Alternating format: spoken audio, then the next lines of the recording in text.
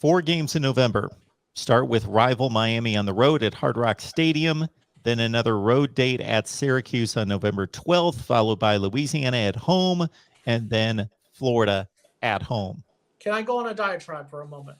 Slight Sure. Diatribe. All right, It's your show. Jump on my soapbox. It's your show, Mark Rogers. I'm just the guest this week here. So let me get on my soapbox for a second here. All right, nice and comfortable on my soapbox. Florida State is playing Florida on a Friday. First time that they have not played Florida on a Saturday in the regular season since 1979. This sucks. It doesn't suck for Logan because he's in Tallahassee. It doesn't suck so much for our friend James Coleman, who's in Jacksonville. For anyone south of Orlando, this sucks. This sucks that I'm going to have to leave at the crack of dawn from South Florida just to get there for a Friday night game. It's going to be a night game. Florida State is already sure that it's going to be a night game, that's why it was moved to Friday, so it will be a night game. So I'll get up there. It'll be fine. But this just sucks. Now, does Florida State and Florida have anyone to blame but themselves? No. In 2017, both teams were pathetic. The game was on at 12 noon on ESPN. In 2018, we were pathetic. The game was on 12 o'clock on ABC. In 2019, yeah, we were bowl eligible, but it still wasn't the same Florida State-Florida game. It was on at 7:30 at night on the SEC network. Last year, both teams, it was a pillow fight for bowl eligibility, and it was on at 12 o'clock on ESPN. Both teams have no one to blame but themselves for this position. It's going to be great. It's going to get us the national exposure. I get it. I understand why it happened. From a TV perspective, I understand it. It just sucks that the Florida State-Florida game, which in the 90s was the game that decided, for the most part, who was going to play for a national title. Arguably one of the best games in college football for an entire decade is going to be on a Friday night, the day after Thanksgiving. This just sucks. Okay. Off of my soapbox. Logan. I also hate the idea we're playing Miami in November. That game should be in October. It should be in the middle of the season. But okay, Logan. Yeah, they're on that trend, aren't they? And it sucks. It's horrible. I get it. But once again, both teams have no one to blame but ourselves. But all right, Logan. I say we're 5-3 at this point. You, by your best case scenario, the best. Right. You think we're 7-1. So you think we're already bowl eligible heading into November. Yeah. I think we're 5-3. Well, I think we're 5-3. So realistically, you think best case we're 7-1. What is your realistic scenario entering October? At the end of October, through 8 games, what do you think we are realistically? Realistically, I'm going through the first bit. I think there's a loss here. It's so hard. I hate doing this even before we even touch spring. It's fine. Someone's going to clip it. Someone will clip it. I'm going to go 2 losses by this time we're headed into. So you think we're still bowl eligible 6-2 right now? Yeah. So play my game. I think we're 5-3. Okay. We've got at Miami, at Syracuse, Louisiana at home, and Florida at home. So we're going to be bowl eligible, right? Gotta hope so. That's what I'm saying. I believe we should be bowl eligible, but convince me we're going to be bowl eligible.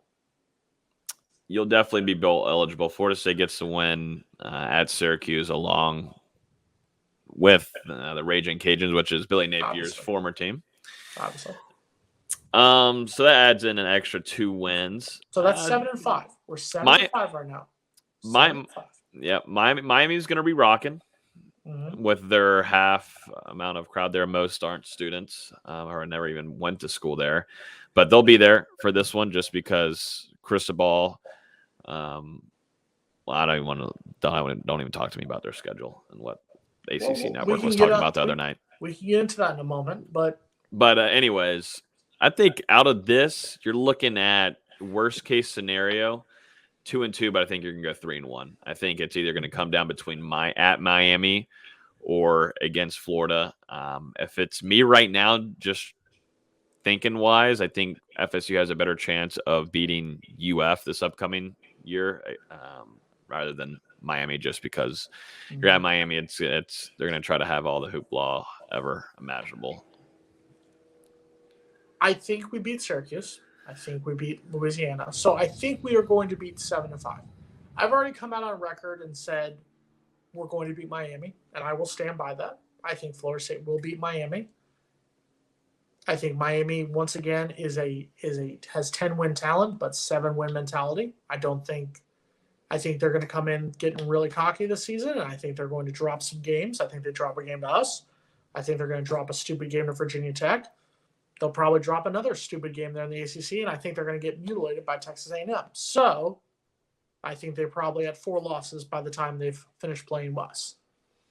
Yeah. So I think there is a chance. I'm going to come out and say it. I think there is a chance Florida State could be an 8-win team this upcoming season. I think the schedule will just play out. The Florida State could finish the year 8-4. That being said,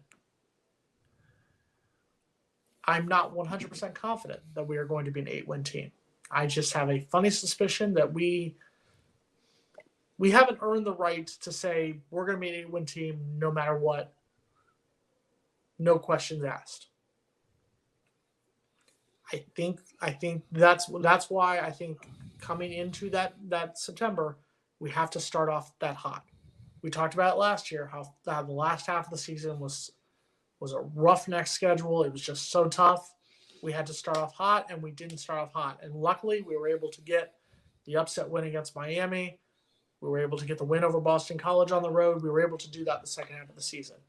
But this first half of the schedule, Duquesne, LSU, Louisville, Boston College, Wake Forest, NC State, we have to go at least 4-2. I will simply say that I'm the guy here that picked 5 and 7 before last year. So you're the devil. I must be able to pick it right. So you two are going to have to be nice to me before I make my final prediction. We're always nice to you, 2022. Well, maybe I don't know about Jason, but I try to be nice. I'm nice. I'm the teacher's pet here, and I hate You teacher's are. pet people. You I are. hate You teacher's are. pet, but it kind of just works in this chemistry on the show. I didn't have to be the teacher's pet because I always did well in school. So I didn't. Well, I can't say the same, but I worked my way in there, and At this point, I was being pretty optimistic about the season at 5 and 3, and I see 2 and 2 the final 4 weeks. But I am going to warn that this Louisiana game is no joke. Right. Like in a typical Florida State Louisiana season, you're looking at this circa 2015, 2010. Pick your year, and you're just like, well, this is a throwaway game before the Florida game. But it's not, unfortunately, for Florida State. They're going to have to play a real game against a real team. And we've talked about it, and we'll talk about it more over the next couple months. Obviously, as we wrap up here, I'm just going to say it like this. Florida State has not earned the right to get cocky about any of these games. And I'm talking about Duquesne. I'm talking about Syracuse. I'm talking about Louisiana. Florida State has to go in with every game with the mentality that they can lose that game. Because if they don't, we could be staring down the barrel of a bad season. We have the potential to have a good season. We have the potential to be 8-4. We have the potential to go to a decent bowl game. That's fine. And build for a great 2023. But we cannot, Mark, you said it 100%. We cannot take any game lightly.